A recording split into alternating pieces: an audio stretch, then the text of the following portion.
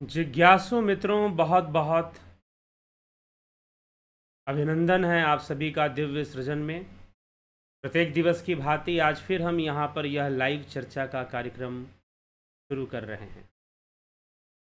और आज का जो विषय है, ध्यान योग और कुंडलिनी जागरण। ध्यान योग और कुंडलिनी जागरण। कल हमने जो विषय लिया था, ध्यान योग और मंत्र योग में अंतर क्या है और संबंध क्या है। आज हम जिस विषय पर चर्चा करने वाले हैं वह विषय है ध्यान योग और कुंडलिनी जागरण। दोनों संबंधित विषय है, आपस में एक दूसरे से संबंध बना के रखता है ध्यान योग और कुंडलिनी जागरण।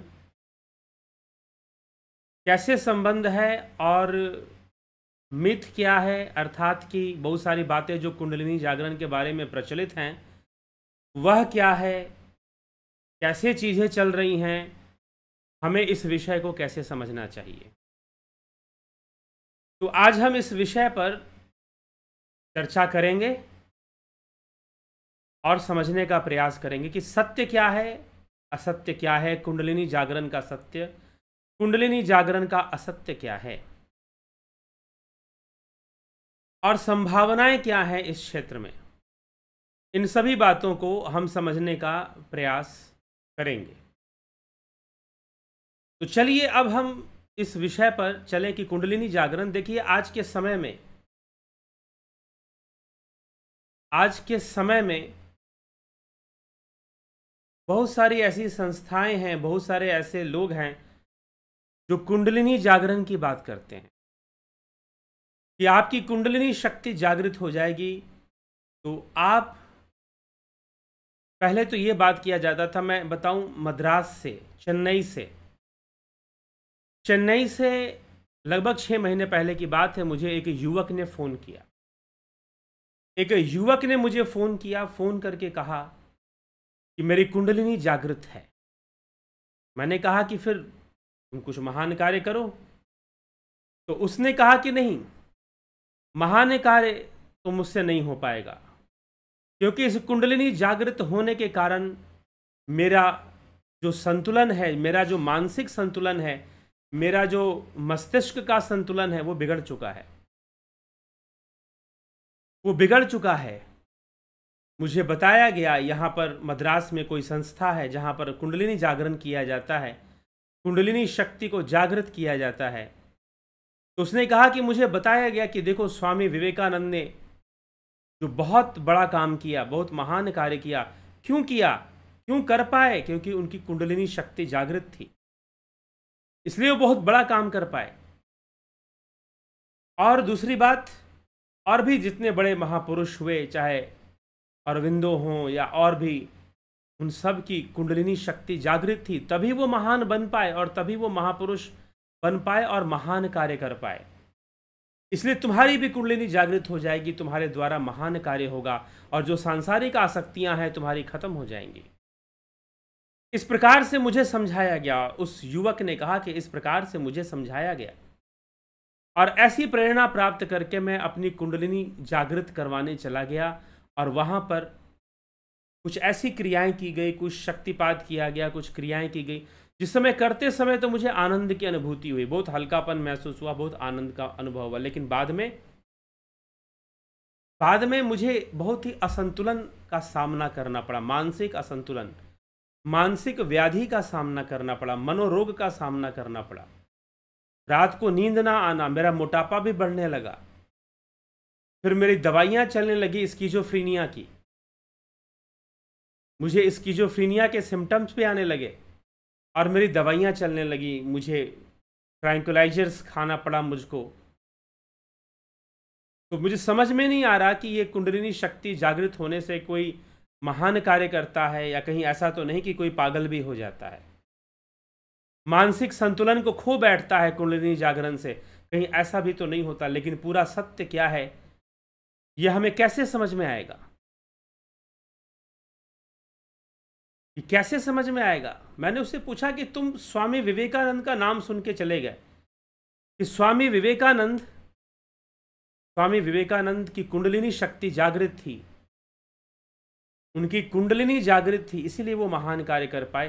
तुमने ऐसा सुना, लेकिन क्या तुम जानते हो कि स्वामी विवेकानंद के स्वयं के विचार क्या थे इस विषय में? स्वामी विवेकानंद कहते हैं कि एक बार उन्होंने ठाकुर रामकृष्ण परमहंस से इसके विषय में प्रश्न किया कि चक्र क्या होते हैं। हमारे चक्र होते हैं और फिर कुंडलिनी शक्ति उन चक्रों के माध्यम से उठती है। पहले मूलाधार से उठेगी, स्वादिष्ठान पे आएगी, स्वादिष्ठान से मणिपुर, मणिपुर से अनाहत, अनाहत से विशुद्धि, विशुद्धि से आज्ञा चक्र। ऐसे कुछ लोग इसकी व्याख्या करते हैं, बताते हैं इस विषय में। स्वामी विवेकानंद ने एक बार अपने गुरु ठाकुर रामकृष्ण परमहंस से प्रश्न किया कि गुरुदेव ठाकुर, मुझे चक्रों का ज्ञान बताएं, मुझे कुंडलिनी शक्ति के बारे में बताएं। ठाकुर ने कहा कि देखो, चक्रों के चक्कर में ज्यादा पड़ने की जरूरत नहीं है। हाँ, चक्र होते हैं, कमल दल होते हैं, सहस्र कमल होता है सहस्रार में, इसलिए उसको सहस्रार कहते हैं। इसी प्रकार से कमल दल हमारे चक्रों में, उन्हें कमल दल कहा है। ठाकुर रामकृष्ण परमहंस ने कमल दल कहा है। और वैसे भी जब आप चक्रों के शेप को देखेंगे, चक्रों की आकृति को देखेंगे, तो वो पेटल्स के फॉर्म में होती हैं, कमल की पंखुड़ियों की फॉर्म में होती हैं। पेटल्स मतलब कमल की पंखुड़ियां, तो उस फॉर्म में वो पाई जाती हैं। चक्रों की आकृति, जो चक्रों का शेप होता है, वो उसी फॉर्म में होता है।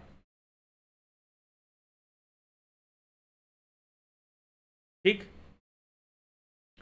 तो हमें जब उसी फॉर्म में होता है, उसी रूप में होता है, तो उसे कमल दल कहा गया कि ये कमल दल होते हैं। कई स्थानों पे कमल दल होते हैं, तो उन्हें ही चक्र कहा जाता है। और मूलाधार में कुंडलिनी शक्ति का वास होता है। उसका जो मुख है वो नीचे की ओर होता है, उसी में अमृत का प्रवाह होता है।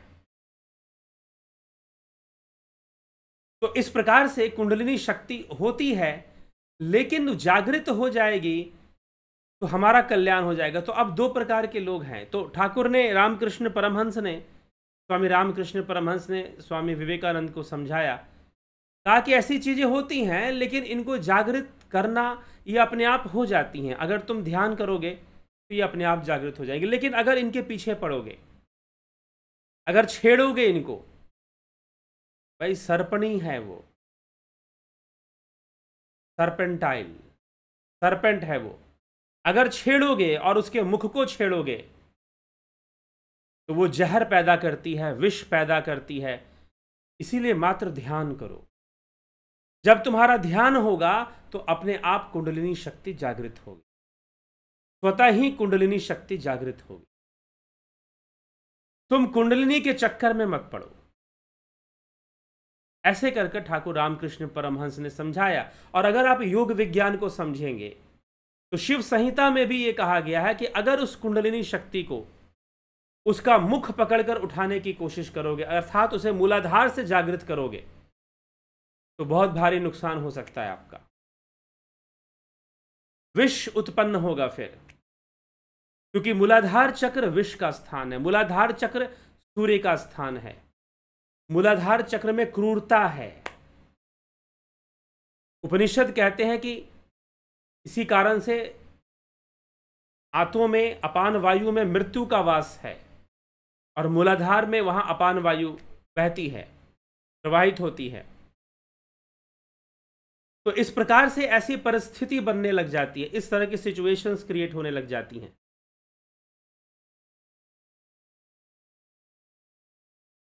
तो अगर हम कुंडलिनी शक्ति को जागृत कर रहे हैं तो हम बहुत सावधान हो जाएं, बहुत सावधान हो जाए। विशेष रूप से इसको स्पेशल, इसको जागृत करने का प्रयास नहीं करना चाहिए। हाँ, ध्यान योग करना चाहिए, और ध्यान योग इस उद्देश्य से नहीं करना चाहिए कि आपके अंदर कुंडलिनी शक्ति जागृत हो जाएगी। अगर कुंडलिनी शक्ति जागृत हो जाने से सिद्धियां आ जाती तो महर्षि पतंजलि इस विज्ञान को पूरी अच्छे से समझाते जरूर। ऐसा नहीं कि कुंडलिनी होती नहीं है, लेकिन उसके बारे में जो प्रचार है कि कुंडलिनी शक्ति जागृत हो जाएगी तो आप शंकराचार्य की तरह बन जाएंगे, आप स्वामी विवेकानंद की तरह बन जाएंगे, आपके अंदर सिद्धियां आनी शुरू हो जाएंगी, आपके अंदर शक्तियां आनी शुरू हो जाएंगी। ऐसे भ्रम को मत पालिए। और ऐसे उद्देश्य को लेकर कुंडलिनी शक्ति को जागृत करने का प्रयास भी मत करिए, बहुत भारी नुकसान हो सकता है आपका। इसीलिए सहज भाव से, सर्व कल्याण की भावना से और मोक्ष की भावना से, मोक्ष प्राप्ति की भावना से, कैवल्य प्राप्ति की भावना से, कैवल्य प्राप्ति की भावना से, मोक्ष प्राप्ति की भावना से आपको ध्यान योग करना चाहिए, ध्यान योग का अभ्यास करना चाहिए। कुंडलिनी शक्ति तो स्वयं ही जागृत हो जाएगी, कुंडलिनी शक्ति तो अपने आप ही जागृत हो जाएगी। उसके लिए हमें कोई विशेष प्रयास करने की आवश्यकता नहीं है। अगर हम ध्यान योग करते हैं, ध्यान योग का नियमित अभ्यास करते हैं, तो कुंडलिनी शक्ति को जागृत करने की चिंता करने की जरूरत नहीं है, वो जागृत हो जाएगी। क्योंकि आप ध्यान योग में आगे तभी बढ़ पाओगे जब वो जागृत है, तभी तो हो रहा है। तो इसलिए कभी इस विषय को लेकर चिंतित नहीं होना चाहिए कि कुंडलिनी शक्ति, क्योंकि डाइवर्जन्स बहुत हैं। हम यहाँ पर ध्यान योग का कोर्स आपको करवा रहे हैं, गुण रहस्यों को भी आपको बता रहे हैं, दर्शन का कोर्स होता है, प्राकृतिक चिकित्सा, अभी और नए कोर्सेज आएंगे। व्यस्ततावश कई बार वो कोर्सेज जल्दी से लॉन्च नहीं हो पा रहे, लेकिन आएंगे आगे। शिव योग जो है, शिव सूत्र है, शिव स्वरोदय शास्त्र है, स्वरोदय तंत्र है, स्वर ज्योतिष है, तो ऐसे कई कोर्सेस भी और आएंगे। लेकिन यह ध्यान योग का कोर्स आपको करवाया जाता है, इसमें सब कुछ समाया हुआ है। लेकिन दुर्भाग्यपूर्ण है कि मनुष्य कभी थोड़ा सा इधर से लेगा, कभी थोड़ा सा उधर से लेगा, और थोड़ा थोड़ा लेने में कभी उसे कुछ पूरा मिलेगा ही नहीं। चलो कुंडलिनी शक्ति भी जागृत कर लेते हैं, चलो ये भी कर लेते हैं, चलो वो भी कर लेते हैं। पहले पूरे विज्ञान को समझिए, शिव सूत्र को सुनिए। शिव सूत्र पे आजकल चर्चा भी चल रही है, आपको वीडियोस मिल रहे हैं डेली शिव सूत्र के ऊपर। उसमें जो मातृका विज्ञान है, मातृका चक्र है, उसे समझिए। जितने भी बीज मंत्र हैं वो मातृकाओं के ही अंदर आते हैं। लेकिन ध्यान योग में इन बीज मंत्रों से भी परे उस प्रणव का ध्यान होता है, जिसके लिए भगवान शिव शिव महापुराण में कहते हैं कि वो शब्द ब्रह्म ना ओंकार है, ना मंत्र है, ना बीज है, ना अक्षर है, उसका उच्चारण ही नहीं होता। उसका उच्चारण किया ही नहीं जा सकता, संभव ही नहीं है कि आप उसका उच्चारण भी कर सके।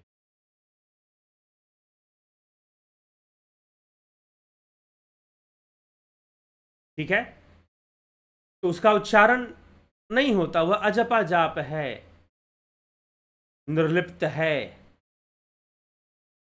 संसार के विषयों से काल का बाध उसके पास नहीं है। उस शब्द ब्रह्म के पास उसे काल का बाध नहीं होता, काल के लिए वो अबाध है हमेशा। तो हमें इन सब विषयों को समझकर ध्यान योग का अभ्यास करना चाहिए। जब ध्यान योग का अभ्यास होगा तो निश्चय ही हम मुक्ति की ओर बढ़ेंगे, कैवल्य की ओर बढ़ेंगे, हम मोक्ष की ओर बढ़ेंगे। तो ध्यान योग का नियमित अभ्यास होने से उसका परिणाम बहुत ही सकारात्मक हमें मिलेगा, और कुंडलिनी शक्ति भी सकारात्मक रूप से जागृत होगी। कुंडलिनी शक्ति जागृत होने का जो नेगेटिव इम्पैक्ट है, जो नकारात्मक प्रभाव है, उसका सामना आपको नहीं करना पड़ेगा।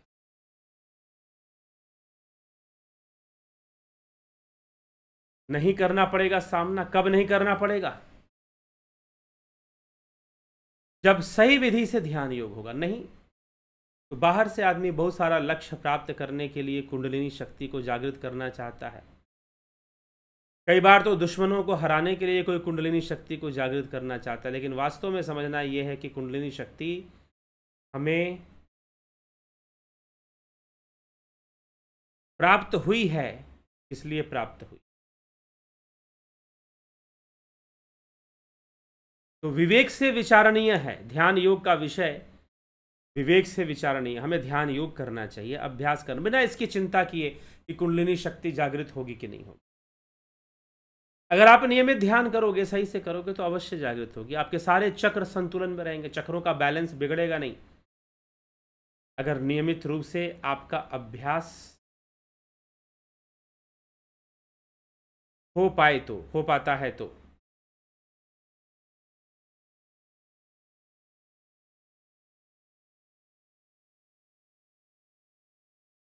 ठीक है, तो ये हमें इन सब बातों पर सोचना जरूरी। और एक और नहीं, ऐसे और भी लोग मुझे मिले मुंबई से, कोई रेकी हीलर हैं, उनकी कुछ समस्या थी, लगभग 15 सालों से हीलिंग का काम ये कर रहे हैं वो, लेकिन उनकी कुछ समस्या थी, पीछे विशुद्धि चक्र में ब्लॉकेज था, एनर्जी ब्लॉकेज थी, जबकि उन्होंने कई कोर्सेज किए हुए थे।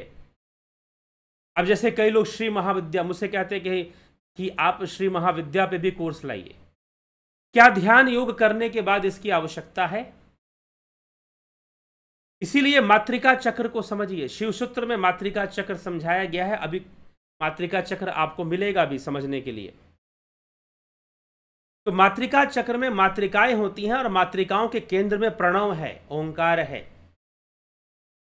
जो शब्दों से परे, उच्चारण से परे है, वह प्रणव।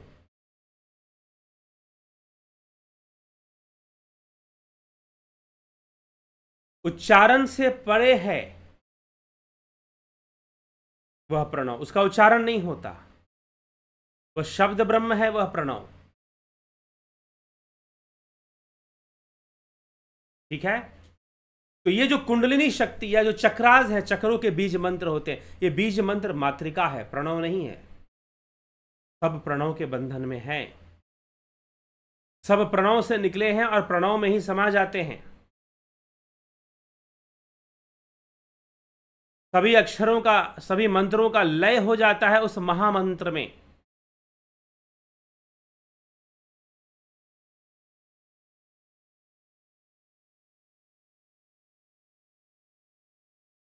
तो हमारे लिए यह विचार करना जरूरी है।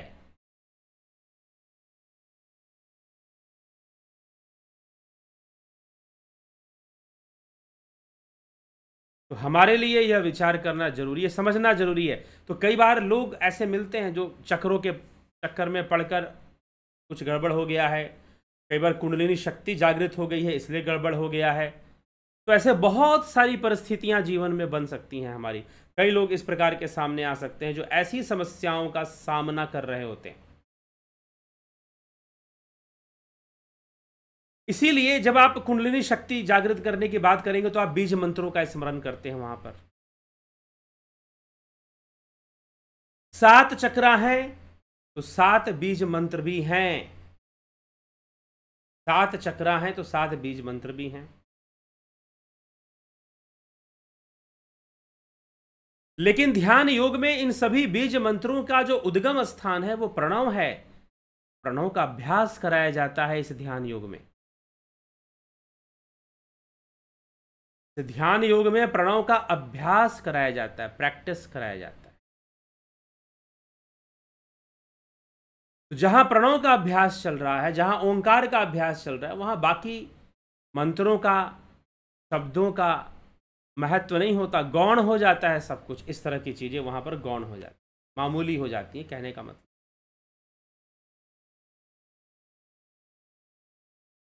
तो इस विषय में हमें यह विवेक से समझना चाहिए। तो वो जो रेकी हीलर थे मुंबई से, उन्होंने ध्यान योग का कोर्स किया और प्रणव साधना की। उन्होंने कहा कि जब मैंने ये प्रणव साधना की तो मेरे दर्द गायब हो गए। 2-3 दिन बाद मुझे दर्द महसूस होना, मेरा विशुद्धि चक्र में दर्द था, पीछे गर्दन में बहुत तेज दर्द होता है। लेकिन आपने जो प्रणव साधना, जो ध्यान योग का कोर्स बनाया है और उसमें जो प्रणव साधना है, उसके अभ्यास करने से, उसका अभ्यास करने से जो एनर्जी ब्लॉकिंग्स थी वो खत्म हो गई।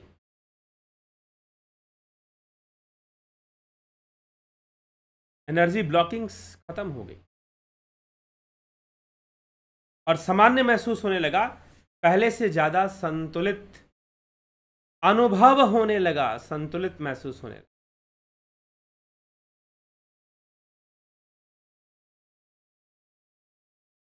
तो हमें यह विचार करना जरूरी है कि हम कैसे जीवन जिए, और ध्यान योग उसमें हमें सहायता पहुंचाता है। ध्यान योग तो अगर आपके चक्रों में इम्बैलेंस है उसको भी बराबर कर देगा। तो इसीलिए ध्यान योग से बढ़कर कोई मंत्र नहीं है, कोई बीज भी नहीं है। इसलिए श्री भगवान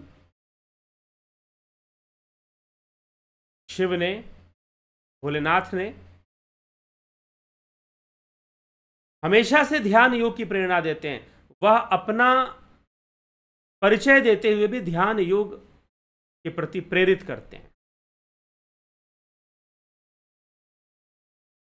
ध्यान योग के प्रति हमें प्रेरित करते हैं। तो इसलिए हमें इस विषय पे सावधान रहना चाहिए, समझदार रहना चाहिए। और ध्यान योग में प्रणव तो सभी मातृकाओं का जनक है। जितने भी मातृकाएं हैं, जितने भी अक्षर हैं, उन सब का जनक स्वयं प्रणव है। तो जब उसका संग मिल गया तो बाहर में संग मिलना न मिलना कोई महत्व नहीं रखता, फिर कोई इंपॉर्टेंस नहीं रखता। तो जरूरी है साधनाओं को करना, अभ्यास को करना, और अभ्यास कर कर परिपक्व अवस्था को प्राप्त करना।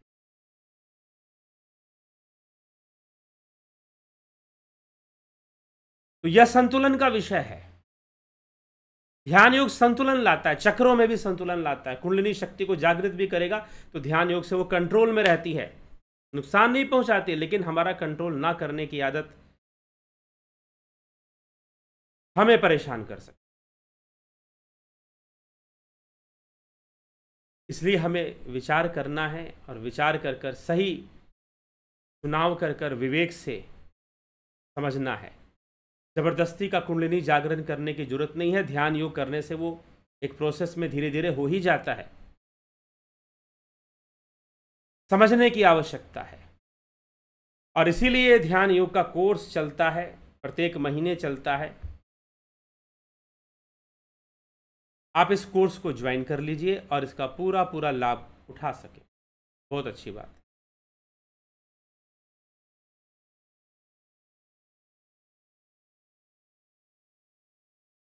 तो विवेक से विचार कर कर हमें इन विषयों को भली भांति समझना चाहिए।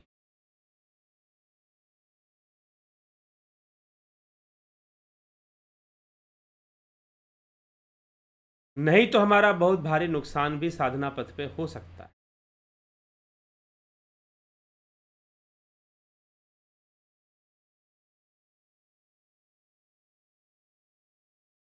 तो ध्यान योग का कोर्स देखिए 20 जुलाई से शुरू होना है। आज यह 20 जुलाई को शुरू हो चुका है, लेकिन फिर भी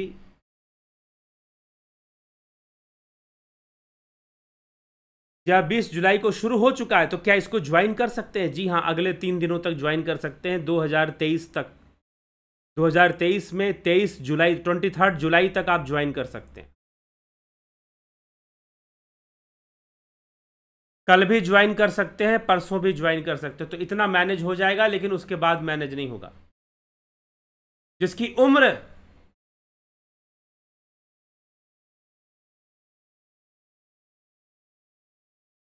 समय अगर बीत गया, उम्र की तो कोई सीमा नहीं है इसमें ध्यान योग का कोर्स करने में, लेकिन यदि समय बीत गया, 3 दिन का और एक्स्ट्रा टाइम दिया जा रहा है कि आप जल्दी से ज्वाइन कर लो। 3 दिन का एक्स्ट्रा टाइम दिया जा रहा है कि आप ज्वाइन कर लीजिए। 20 तारीख कोर्स हमने शुरू कर दिया है, लेकिन 21, 22, 23 तारीख तक आप यह ध्यान योग का कोर्स ज्वाइन कर लीजिए। 23 तारीख, उसके बाद फिर ज्वाइन करने को नहीं मिलेगा आपको।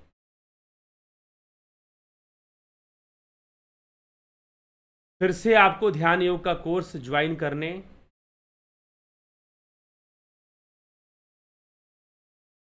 का जो अवसर है,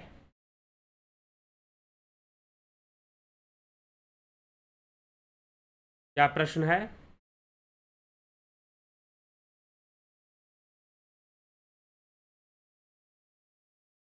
कुल मिलाकर विवेक का विषय है। विवेक से हमें समझना चाहिए, ज्ञान से हमें समझना चाहिए। तो ध्यान योग से स्वतः ही कुंडलिनी शक्ति जागृत होती है, अलग से कुछ विशेष करने की आवश्यकता नहीं।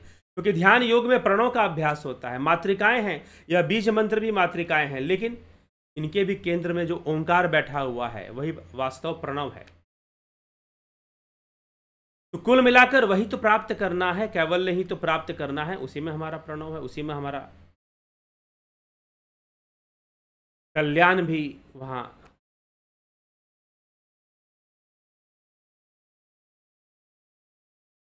हमारा कल्याण जो है हो पाए और समाज का कल्याण हो पाए।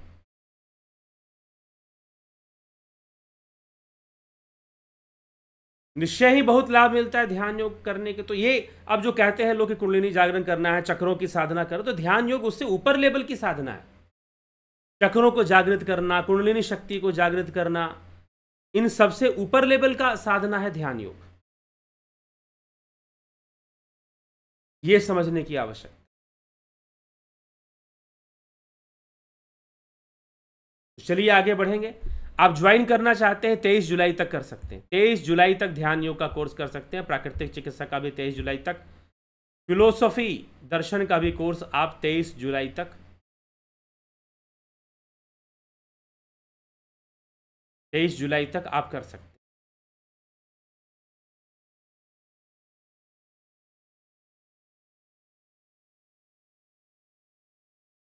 साथ में प्राकृतिक चिकित्सा का कोर्स भी आप कर सकते हैं और फिलोसफी दर्शन का कोर्स।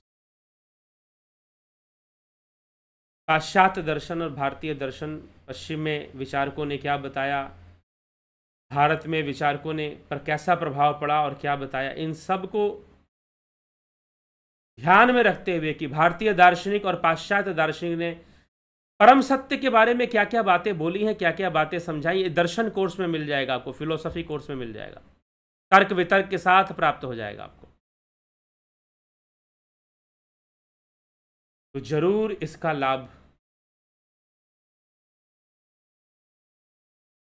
आप उठाने का प्रयास करें। लाभ उठाइए दर्शन कोर्स का, ज्वाइन करके ज्ञानवर्धन कीजिए, अपनी बौद्धिक क्षमता जो है सोचने की उसका विकास करिए, उसको अलग लेवल पे ले जाइए, अलग प्लेन पे ले जाइए। तो ध्यान योग का बड़ा ही लाभ है। तो चलिए आगे बढ़ते हैं और कमेंट्स में देखते हैं कौन क्या प्रश्न करता है, क्या पूछता है।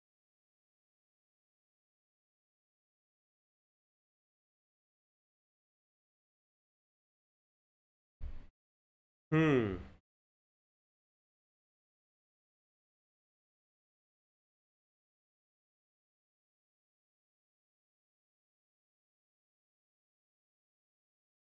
विमला शाह, विष्णुचंद्र मौर्य जी, गंभीर शाह जी, उषा श्रीवास्तव जी, नंदी जी, धन्यवाद भारत, उमन कक्कर,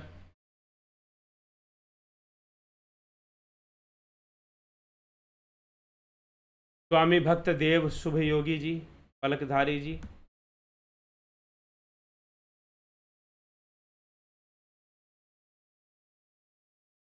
सुबह 5 बजे जो आप साधना कराते हैं उसमें चक्र शोधन कराते हैं, वह क्या कुंडलिनी नहीं है? नहीं, कुंडलिनी से नहीं, चक्रों से उसका संबंध है, क्लीनिंग से उसका संबंध है, कोई भी कर सकता है। अरुण पंडित जी, दीपक शर्मा जी,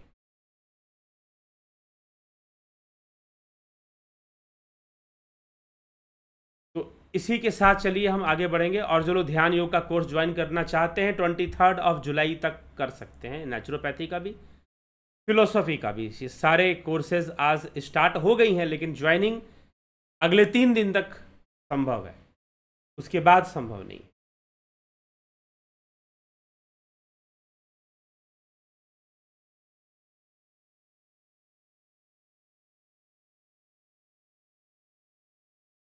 तो विवेक से हम विचार करें, समझें, और व्यर्थ की साधनाएं जो प्रैक्टिस है वो ना करें। कुंडलिनी जागरण के नाम पे, चक्रा हीलिंग के नाम पर बहुत सारी चीजें चल रही हैं, बचे थोड़ा सा तो अच्छा रहेगा।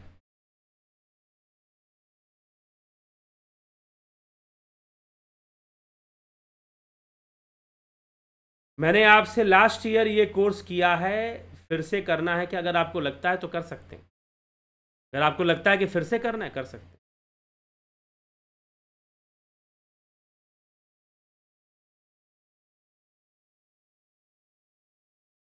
संग्राम माने जी, राजू पाल जी, ओम तत्सत। तो चलिए इसी के साथ आज के कार्यक्रम को विराम देंगे। कल फिर मिलेंगे 9 PM लाइव चर्चा में। बहुत बहुत आभार आप सभी का। ओम तत्सत।